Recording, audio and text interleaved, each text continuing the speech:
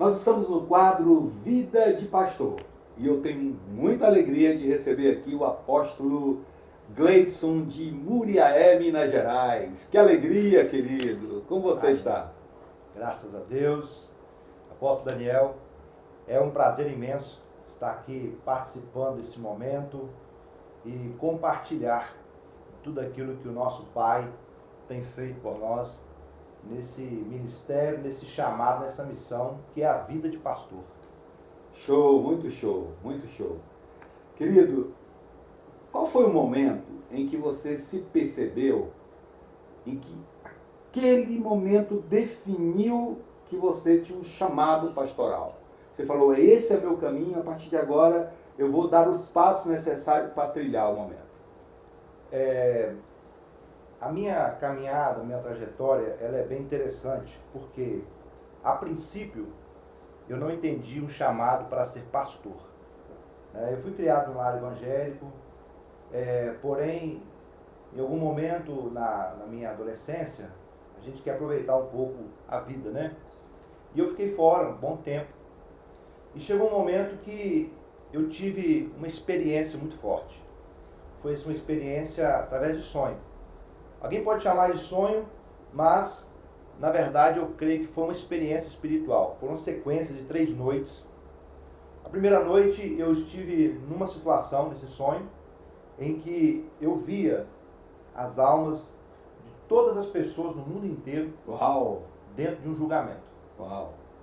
A segunda noite foi a sequência desse sonho. Eu acordava assim com uma sensação de que eu tivesse vivido aquilo ali. A segunda noite, aquilo prosseguiu. É como se eu estivesse num corredor de hotel e de cada lado tinha portas com cômodos.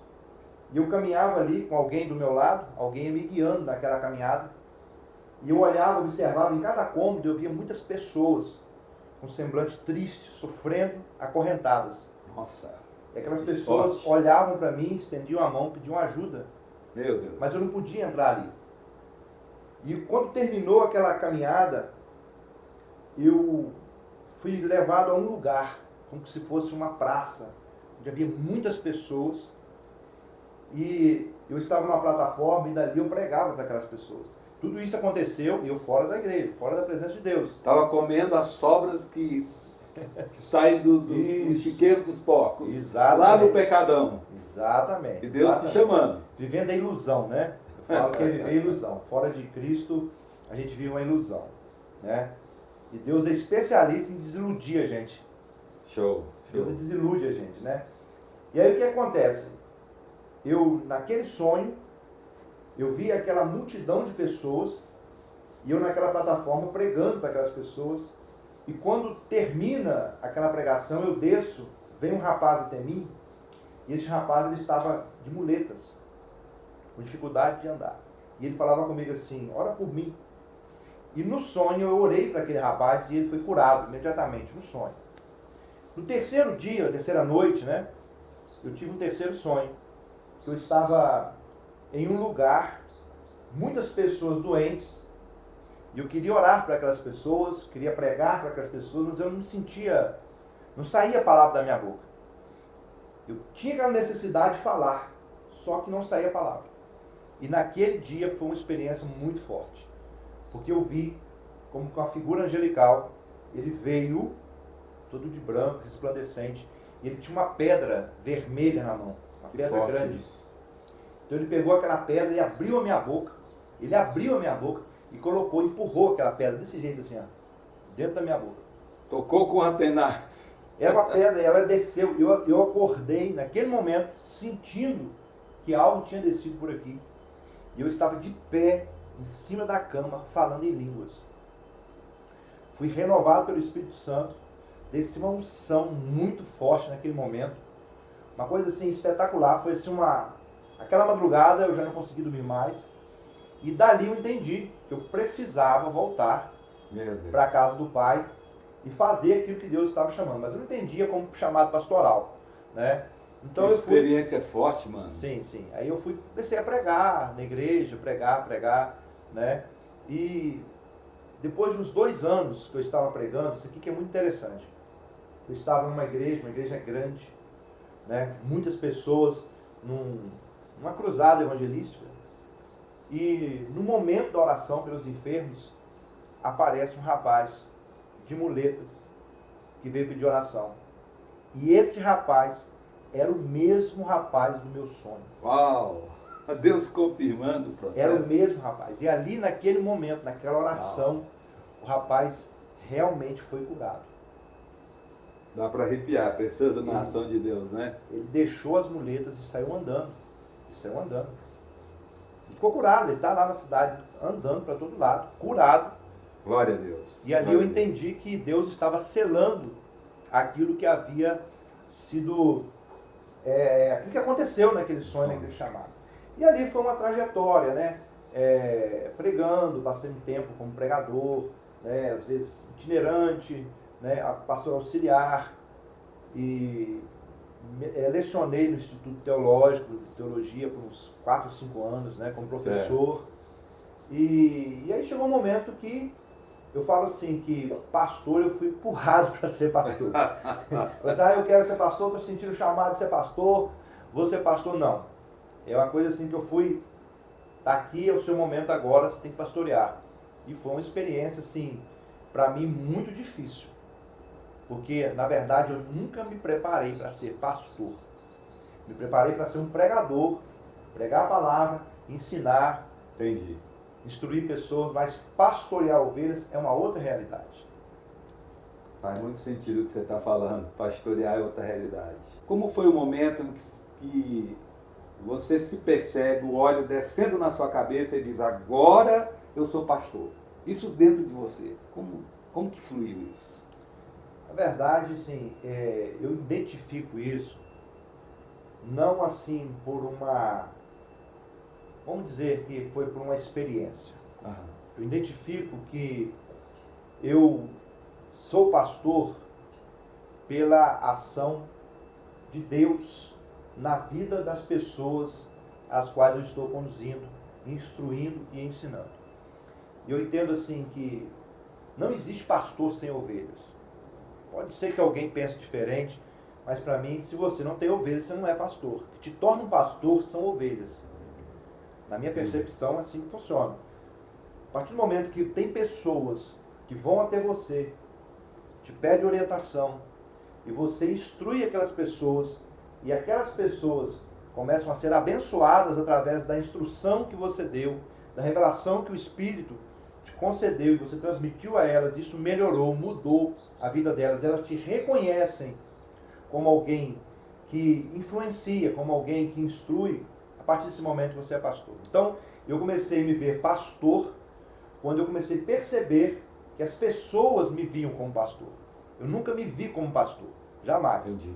Mas a partir mesmo porque que às vezes eu não gostava nem de falar que eu era pastor. Mas a partir do momento que as pessoas me reconheciam como pastor, eu falei assim, eu estou pastoreando alguém. Entendi. São 2 perguntas numa só.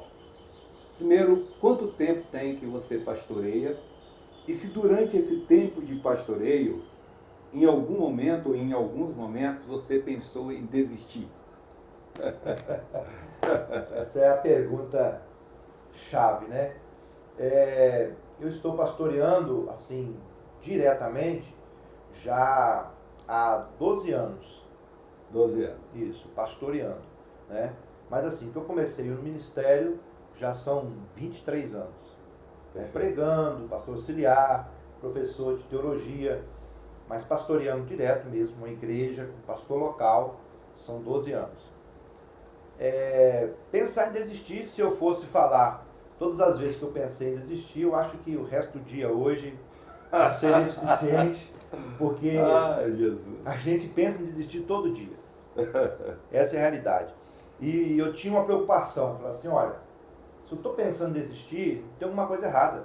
Não é possível, será que eu não fui chamado? Será que eu não tenho a unção do Espírito? Será que não é isso que eu tenho que fazer? Mas, em certo momento, Deus usou uma pessoa e ele diz assim, olha, eu também penso em desistir todo dia. E o fato de eu pensar em desistir autentica que aquilo que eu estou fazendo está sendo feito com temor. Porque quando você faz a obra no temor do Espírito, você faz um temor de Deus, isso te gera uma preocupação muito grande e todos os dias você se sente incapaz. Todos os dias. Diante do desafio, diante da grandeza daquilo que Deus tem, você olha e fala assim, você fala como Jeremias, eu sou uma criança para isso. Você fala como Moisés, eu não tenho as palavras certas para falar. Então, você fala assim, eu vou desistir. Porque a gente pensa que a gente está pregando aquilo que vive. Mas, na verdade, Deus tem algo tão grande para a gente prega coisas tão grandes, que você fala assim, eu não sou capaz disso. Então é melhor desistir, melhor sair e deixar para outro. Mas o mesmo momento que vem aquela coisa assim, eu vou parar, vou desistir, o Espírito vem, te pega, traz um renovo. Então, as maiores experiências que eu tive com Deus, o Espírito Santo, foi no momento que eu pensava em desistir. Porque veio aquele renovo. Quando pensa que não, você está ativado de novo, fazendo a obra, pregando, orando pelas pessoas, e Deus está curando, está batizando pessoas, e está uma benção. Interessante quando nós refletimos sobre isso, porque existe a perspectiva de que quando está pesado, há a possibilidade de que nós não fomos chamados para o ministério. Sim. E quando o Senhor Jesus diz, filhinhos, no mundo tereis aflições, mas tem de bom ânimo, eu venci, então você vai vencer. Às vezes a gente esquece essa parte. E o chamado ministerial também nos faz lembrar outra palavra do Senhor Jesus, quando ele diz que meu jugo é suave e o fardo é leve. E às vezes parece que está tão pesado, tão cansado, que parece que não bate o que o Senhor Jesus diz, que o jugo era suave e o fardo é leve. Essa experiência sua de, ao estar pensando em desistir, em um renovo do Espírito, ela é muito interessante, porque algumas pessoas, elas têm esquecido de quando pensam em desistir, buscar a fonte. Sim. Quem te traz um sonho sequencial de 3 dias com chamado, quem te faz pastor, né? Você usou a expressão, fui empurrado, quem te faz pastor é o Espírito, e segundo a Bíblia, você é um projeto dele antes da fundação do mundo para exercer esse trabalho. Verdade. É ele que te comissiona. E quando eu penso que, a Bíblia diz que antes que um pensamento chegue à mente, o Senhor já o conhece, ele sabe dos nossos pensamentos, das nossas crises internas, né, na busca da desistência. E é interessante lembrar que o chamado não é para os fortes e os poderosos, né? O chamado é para aqueles que têm a dependência do Pai. Deus nunca chamou homens independentes. Deus chamou homens de coração quebrantados, que se voltem para Ele e dependam dEle. Esse lance de pastorear na total dependência do Espírito Santo, eu vejo que essa é uma das fórmulas do sucesso da vida pastoral. É muito interessante pensar sobre isso. Eu não sei se você, em algum momento, pensou, assim como o apóstolo Gleidson acabou de narrar, pensou em desistir. Eu não sei qual tem sido a sua experiência, ou se você já tentou desistir, ou se você já desistiu. Agora, é importante lembrar que o Espírito de Deus, ele te conecta, ele conecta pessoas e ele dá a oportunidade de nós revermos os conceitos, entender o que está mal, o que está ruim, por que razão eu penso em desistir, né? Eu estou sensível às cargas ministeriais, tenho uma pendência na minha vida que não está resolvido, o que está me levando a pensar em desistir? Eu preciso me perguntar sobre isso. E eu preciso estar de joelho buscando uma resposta para isso. Agora, baseado na sua própria experiência, apóstolo Gleidson, que mensagem você transmite? Qual é a sua sugestão, né, para aqueles pastores que têm pensado em desistir ou estão até desistindo novamente? Nesse tempo, eu tive várias fases. Tem momentos que você está muito conectado, tem momentos que você é muito atacado. Momento de fragilidade. Porque uma das questões mais evidentes na vida de um pastor é lidar com a ingratidão. A famosa ingratidão. A gente lida o tempo todo com isso. Por quê? Não porque a gente espere algo dos discípulos, das pessoas que você ajudou. Não é isso.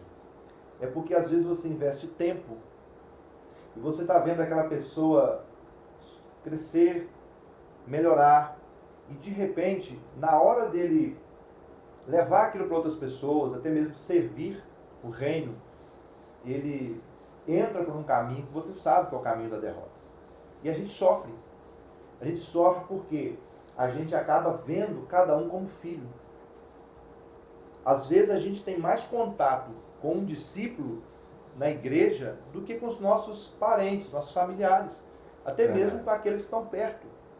Então você cria um vínculo, você acaba participando das dores, você acaba chorando junto, você alegra junto e tem um vínculo. E de repente você vê aquela pessoa que você ama, que você cuidou, que você viu tanto que ele evoluiu, de onde ele saiu, onde ele está, e de repente ele vira as costas e ele entra num caminho de sofrimento. E a gente sofre ver aquilo. E às vezes a gente vai tentar ajudar e muitas vezes a pessoa não consegue entender. É aquela história do filho pródigo. Se o pai pudesse, ele segurava, trancava a porteira da fazenda e falava assim, não sai daqui. Mas não é assim. Né? Então nessa trajetória, eu tive momentos que eu me sentia, como se diz, voando muito bem, momentos de picos e vales. Agora, a vida pastoral, ela tem algumas, eu digo assim, algumas armadilhas. O pastor tem que ficar atento. Primeira coisa, eu aprendi que a gente tem que focar no chamado, na missão. Porque senão nós somos tentados a fazer o que as pessoas querem, atender a demanda das pessoas. E se a gente como pastor, tentar atender a demanda das ovelhas, a demanda do público, porque cada dia chega um com uma história, cada um tem uma opinião. Eu acho que deveria fazer assim, eu acho que tem que ser assim. Eu gosto de ato profético. Não, eu gosto do ensinamento. O outro gosta, não, eu gosto do movimento. Cada um pensa de um jeito. Então você não pode focar no desejo, no anseio da igreja, dos discípulos. Nós precisamos focar no chamado. Para que Deus te chamou? E a vida de um pastor é muito difícil porque Deus não revela ao rebanho. Deus revela ao pastor. Quando Moisés foi chamado por Deus para tirar o povo de Israel do Egito, Deus não foi lá falar com Arão. Deus não foi lá falar com o povo. Deus não manifestou o povo, diz, eis que vou vos tirar da terra do Egito, vou levar vocês para uma terra que emana leite e mel. Não. Deus falou com Moisés, vai lá e tira o meu povo de lá e leva com a terra que emana leite e mel. Então Moisés precisava convencer o povo, convencer o faraó e sair com aquele povo dali. Então é um desafio muito grande. E uma outra situação que eu percebo, que muitas vezes o pastor peca na vida devocional. O pastor, muitas vezes, ele lê muito a Bíblia para pregar, para instruir, para ensinar. E o pastor precisa, em primeiro lugar, acima de tudo, ler a Bíblia para se edificar, para que ele cresça, para que ele se fortaleça. O efeito que ele quer, que ele deseja que a palavra faça na vida do discípulo, primeiro ele tem que desejar que esse efeito se realize na vida dele. Porque se a gente não tiver essa atenção, esse cuidado, é só a gente fazer um mapeamento. Quantas vezes eu li a Bíblia essa semana, ou seja, quanto tempo eu li a Bíblia essa semana, e por quanto tempo foi para o meu devocional e por quanto tempo foi para preparar um sermão, preparar uma mensagem. A comida é para mim ou é para os outros? Exatamente, exatamente. Ótimo exemplo. É como se você trabalhasse num restaurante com a melhor comida, você prepara os melhores pratos, você é o chefe, mas você não prova nada. Todo mundo se alimentando, todo mundo satisfeito, elogiando, que comida boa, que tempero maravilhoso. Aí você olha e você não prova. Então essa é uma armadilha. E muitas vezes o pastor esfria na fé, exatamente, ele se sente fraco. Quando pensa que não, ele está trabalhando em função de alguma coisa ou de alguém e não em prol do reino. Quando falo de reino, eu também sou filho do rei. Eu faço parte do reino. Então eu preciso trazer, absorver essa unção, essa palavra, essa instrução para a minha vida, porque se eu estiver cheio, eu vou transbordar. você me fez lembrar de uma experiência de mais ou menos 35 anos atrás. Eu fui convidado para pregar num congresso regional de Goiânia, ao ar livre, e eu busquei a palavra, jejuei, me preparei, e fui lá, rapaz, liberou uma unção muito grande. Era período de chuva e de repente veio uma chuva e eu já estava pregando, as pessoas começaram a sair já chuviscando, eu estendi a mão com toda a unção, com toda a fé, eu ordenei que a chuva parasse, a chuva parou. As pessoas começaram a voltar e eu comecei a ministrar, e foi tremendo, salvou vidas, foi aquela coisa tremenda. Aí eu chego em casa, deu um vazio interior, profundo, vazio, aquele vazio. Eu fui reclamar para Deus, falei, Senhor, como assim? Eu jejuo, oro. Eu até contei isso, na época que eu fazia seminário, né? Eu contei essa experiência em sala de aula no seminário. Então eu falei, Senhor, como pode eu ter buscado tanto, está tão cheio, Deus derramou tanto do poder, o Senhor liberou tanta unção ali naquele lugar e agora eu estou vazio. E a resposta foi exatamente o que você comentou agora. Ele disse, você me buscou para abastecer as pessoas, eu fiz. E você está com fome porque você não buscou para se encher. Foi show. Forte. Continue, querido. Amém. Eu vejo que Deus não nos chamou por acaso. E uma coisa que eu levei um tempo para entender, que eu não sou empregado de Deus. Às vezes a gente usa essa expressão, né? Os servos. E a questão servo é um escravo. Eu entendo que eu sou servo quando eu abro mão da minha vontade para fazer a vontade dele. Mas eu preciso lembrar que como pastor, eu sou filho de Deus. Repete isso 3 vezes, por favor.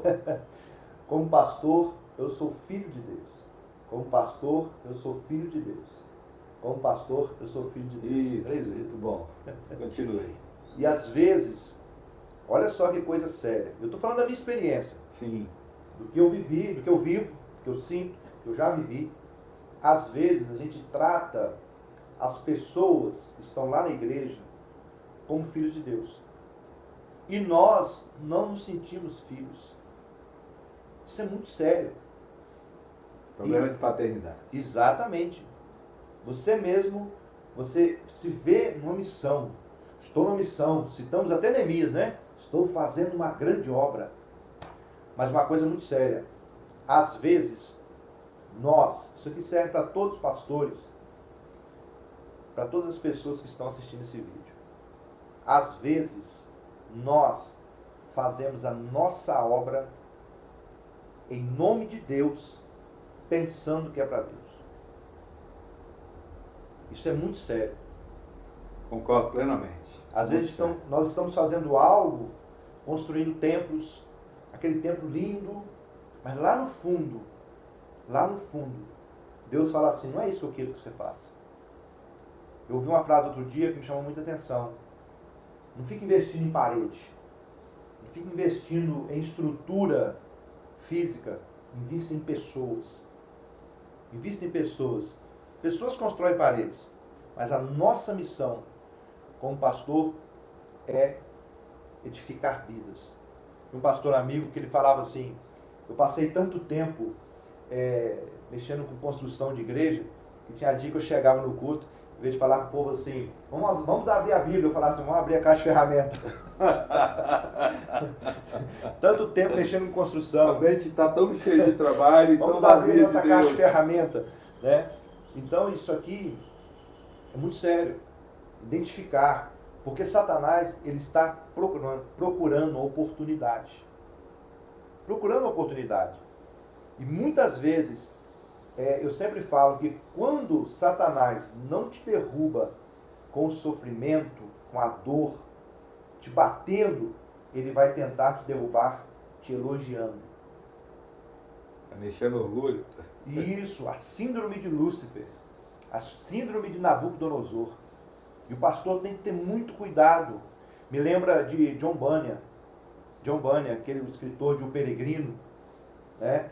Dizem que Na autobiografia dele, diz que quando ele ia pregar, as pessoas iam de longe assistir as mensagens de John Bunyan. E certa vez, ele pregou uma grande mensagem.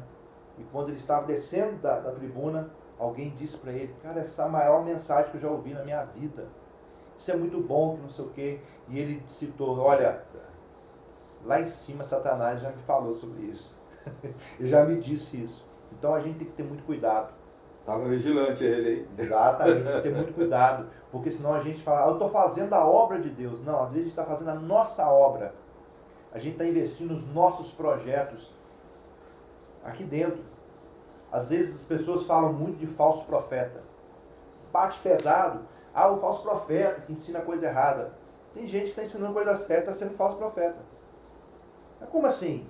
Porque ele não está investindo, o que está ali dentro dele é uma réplica.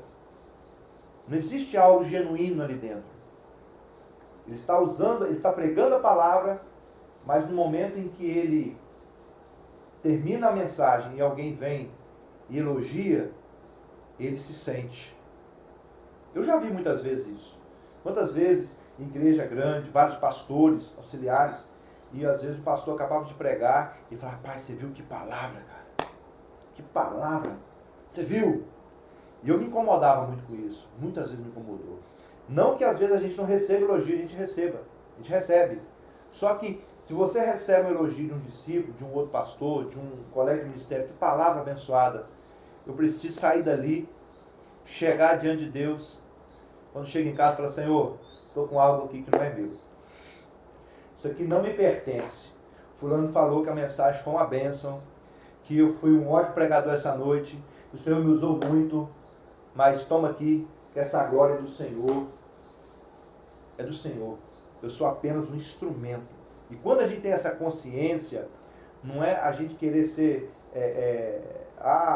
um síndrome do humildezinho. Não. É você entender o seu lugar. Porque se não fosse o Espírito Santo, você não estaria ali. É interessante pensar sobre o que você falou, porque o pastor, ele precisa receber o feedback, tanto positivo quanto os pontos que ele precisa melhorar da ministração. Sim. Das pessoas, etc. Porque às vezes ele não gosta da ministração, ele acha que não virou, mas muitas pessoas foram edificadas. Ele precisa receber esse feedback, é importante. Agora, essa estratégia poderosa que as trevas usam contra o pastor, que é o que você está abordando, de gerar orgulho, etc., a gente tem que ter cuidado. Então, tem uma sugestão, especificamente para esse caso, é que todos os dias, você antes de dormir, e você pode fazer já na virada do dia, né? Para mim, a virada do dia tem um simbolismo muito importante, mas na hora de dormir, você ainda pode ter tido muitos contatos. Então, sempre na hora de dormir: Senhor, eu direciono a Ti todo elogio, tudo aquilo que eu fiz que foi bom, que eu recebi elogio ou não, que eu ouvi ou que falaram para alguém, tudo aquilo que eu fiz que merece glória, que merece honra, eu direciono ao Senhor. Me esvazio de tudo isso. E agora eu te peço que me encha para a noite que vem e o dia que vem. Se eu faço isso todas as vezes, então eu vou conseguir escalar, sempre esvaziando e enchendo, né? Porque como é que o Espírito vai me encher se eu já estou cheio de orgulho e soberba, né? Esse ato de fazer a obra pensando em mim. Então, acho que ontem a gente conversava sobre, às vezes nós fazemos um culto pensando nas pessoas e não para Deus. Né? É o que você falou: estou fazendo a obra pensando nos meus projetos e não naquilo que Deus quer realizar através de nós. É uma cilada muito grande. É uma cilada. Porque, e às vezes inconsciente. Às vezes é o seu estilo de vida. Você pensa que aquilo é normal. É por isso que é tão importante a gente ter esse momento, né? A gente ter alguém para mentorear. Às vezes o feedback dos discípulos podem ajudar, mas ao mesmo tempo, se o cara não souber... Eu falo que tem duas coisas que a gente tem que saber lidar nessa vida: crítica e elogio. Colocar cada coisa no seu lugar. Porque tem pastor que, se ele recebe uma crítica de um discípulo, ele desmonta. Isso já vi muitas vezes. Eu treinei pastores, eu fui professor no Instituto Teológico, E boa parte daquelas pessoas que estavam ali já estavam, muitas vezes, cuidando de igreja. O cara foi para lá cuidar de uma igreja, abriu uma igreja e aquilo fluiu e ele sentiu a necessidade de aprender mais. Então, a gente lidava com os conflitos, né? Pedia opinião, trocava ideia. Então, a gente vê que muitas vezes tem pastor que quando ele recebe uma crítica, ele sofre muito. Então, quem é movido por elogios, quem depende da estação, né, para florescer, ele muitas vezes ele vai ter dificuldade. Agora, a crítica, você ouve e analisa. Se aquilo ali vai te ajudar em alguma coisa, vê os pontos. Eu falo assim, que o meu termômetro é minha esposa. Meu termômetro é minha esposa. Como foi? Eu prego de frente com ela. Vai calibrando. Exatamente. Na nossa igreja não tem cadeiras no altar, né? No púlpito. Né? Então eu sento lá embaixo, se segura de baixo, ela também, todo mundo, né? Então eu estou pregando e eu olho para ela. Eu olho para a feição do rosto dela. Se ela estiver sorrindo, se o rosto dela estiver tranquilo, eu falo, tá bem. Agora se ela ficou assim, fala assim, ó, o negócio tá errado aí. Mas a gente tem que aprender a lidar com essas duas coisas. Eu me lembrei de um caso de um pastor que me procurou até com ajuda terapêutica. Tá? A gente também atende, além de agir profissionalmente como terapeuta, eu atendo pastoras, assim, nessa área de problemas emocionais. Eu me lembro de um pastor relatar para mim que ele foi pregar numa igreja e quando ele desceu foi falado para ele que o sermão dele foi muito ruim, que ele não servia mais, que ele não estava com uma pegada a mais para ministrar. Você falou sobre a questão da crítica, né? E esse pastor, a partir daquele dia, decidiu não pregar. Observa o quanto, às vezes, uma palavra, né? Sim. Não é só o orgulho, mas a crítica também, feita de uma forma inadequada, as observações podem e devem ser feitas no momento certo, na hora certa. Mas fez com que esse pastor parasse ali de pregar a partir daquele feedback. A gente não está isento disso. A questão é o pastor ele ter o conhecimento disso, ele ter se sarado por dentro. De que uma crítica não vai me derrubar e nem um elogio vai me colocar num lugar onde eu não devo estar. Né? Então essa é a importância do pastor também ter um pastor. Como é que é a sua experiência nessa coisa de estar sendo pastoreado? O que isso mudou para você? Então, a gente, quando você vai para o ministério, a gente aprende muita coisa que não é a realidade. Pastor, ele tem que andar sozinho, e pastor é uma águia, águias voam sozinhas, tal. Isso é muito poético, bacana. Mas na realidade, ficar sozinho é horrível. Você sai às vezes num culto, né? Ou às vezes você tem uma questão dentro da igreja, de discípulo, né? Pastor é um homem como qualquer outra pessoa. Ele tem que lidar com casamento, ele tem que lidar com filhos, ele tem que lidar com vida profissional, vida financeira, tudo dele. Saúde, familiares. Ele é homem com as mesmas demandas de qualquer outro homem. Pastor é gente. Pastor é gente. Pastor tem mãe, o cara fala assim, parece não, mas tem mãe. Né?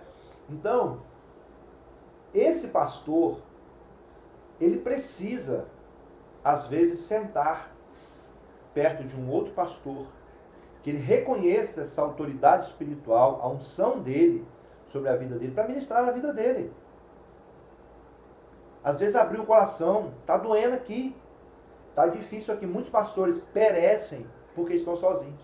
Eu falo que o mais forte que já existiu na Bíblia foi Sansão. Qual o maior erro que Sansão cometeu? Se apaixonar por Dalila? Não. O maior erro de Sansão foi andar sozinho. Faltou um mentor para o Sansão. Sansão era um cara forte. Sansão foi escolhido por Deus, foi profetizado. A história de Sansão é uma coisa fantástica. Mas o que acontece com Sansão? Ele anda sozinho. E aquele que se isola, ele busca a própria ruína.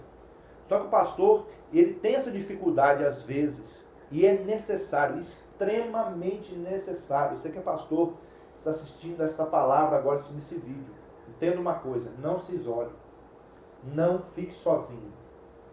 Tenha um pastor, tenha um mentor, tenha alguém para te orientar, tenha alguém para pedir socorro, tenha alguém para você conversar coisas do ministério, coisas da vida, coisas pessoais, profissionais.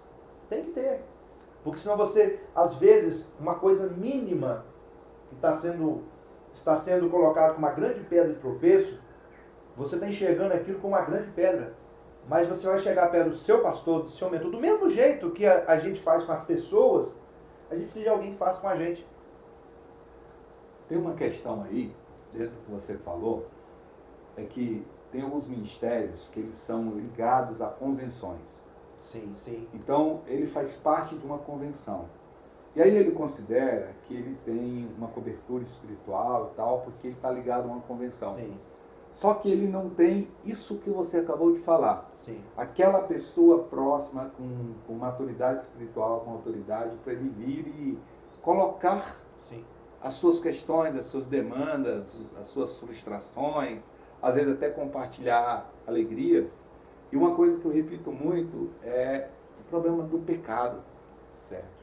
O pastor precisa confessar pecado. E aí ele tem uma convenção que, dependendo do modelo, se ele expor alguma coisa, ele vai ser exposto para todo mundo, ele vai perder o ministério.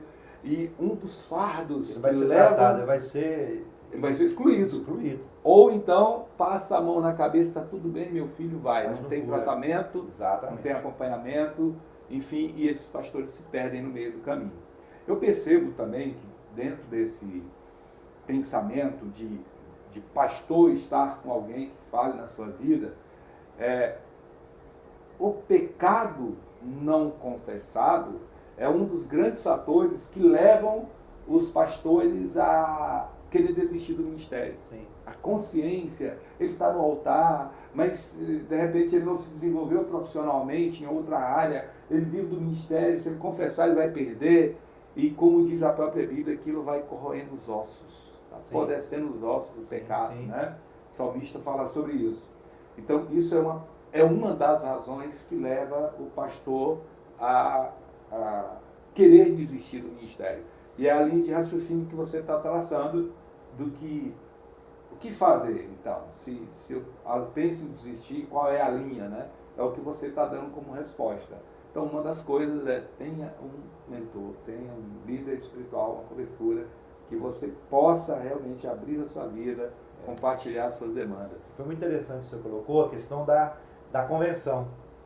O cara está ligado a um grande ministério.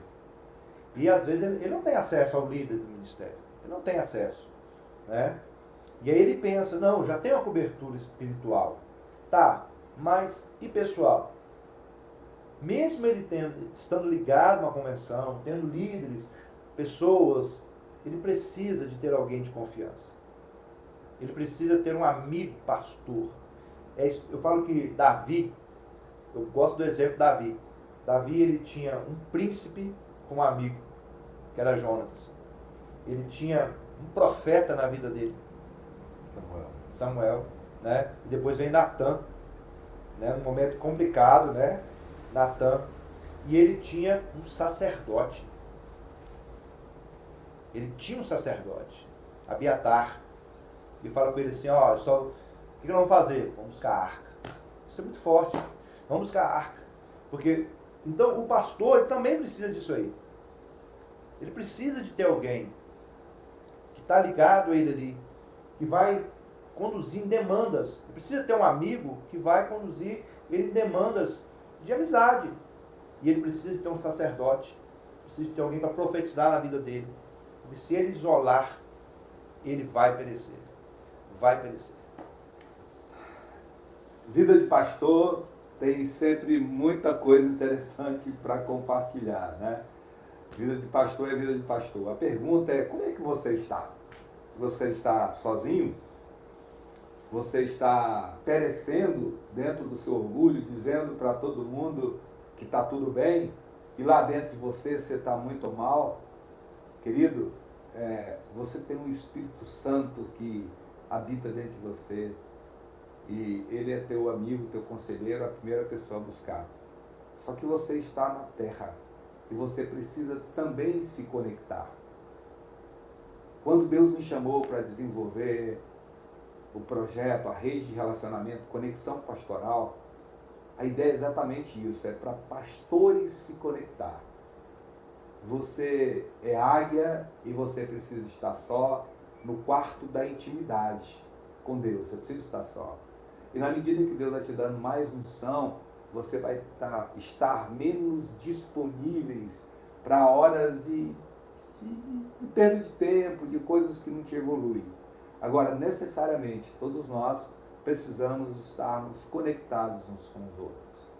A conexão pastoral é isso, é o bate-papo, é o reportar a experiência pessoal de cada um e vivenciar aquilo que o Senhor Jesus nos chamou. Então, é muito importante você entender isso, que você está com oportunidade de se conectar com pastores ao redor do planeta. Conexão Pastoral é um projeto do coração de Deus, para o coração dos pastores, para estar junto ao redor do planeta. Amém? Lembre-se disso. Nós estamos nos conectando com você. E você deve pegar esse vídeo e compartilhar com outras pessoas. Você deve se inscrever nos nossos canais e compartilhar isso com outras pessoas. Apóstolo Gleidson, eu gostaria de ouvir as suas considerações finais sobre esse nosso bate-papo. Deixa Deus falar no seu coração o que você quer transmitir na vida ou para a vida dos pastores e líderes que estão nos ouvindo agora. Amém. A palavra que eu quero deixar é a palavra que foi dita pelo próprio Cristo a João na ilha de Patmos, enviando uma mensagem, um despertamento à igreja de Éfeso. Volte ao primeiro amor. Uau. A igreja de Éfeso não tinha perdido o primeiro amor. Ela havia deixado. O recado ao anjo da igreja é esse. Volte às primeiras obras. O que é isso? Quando a gente estava preparando para o ministério, aquele tempo de busca, aquele tempo de entrega, aquela avidez, aquele desejo, quando o coração ardia, e a gente tem que ter muito cuidado para a gente não se tornar um profissional da fé. Profissional da fé. Você tem habilidade, você tem uma boa oratória, a igreja te reconhece, às vezes você está ali, o dia foi corrido, envolvido com muitos problemas da instituição, porque a instituição, igreja, às vezes consome muito a gente. Consome, são muitas demandas. Às vezes você está ali, naquela correria, você mal coloca o paletó lá, o terno, não sei, pega a sua Bíblia, vai para a igreja e chega ali para entregar uma palavra, mas muitas vezes é aquilo que o Senhor disse, está vazio por dentro. Então, voltar ao primeiro amor, voltar ao jardim secreto de Deus, voltar à intimidade. A palavra é essa, intimidade. Tem um livro que eu gosto muito, que se chama Caçadores de Deus. Muito show aquele livro. Caçadores de Deus. Eu falo que eu fui impactado quando eu li aquele livro, no início do meu ministério. De vez em quando eu volto a ler algumas coisas. A gente precisa voltar ao primeiro amor.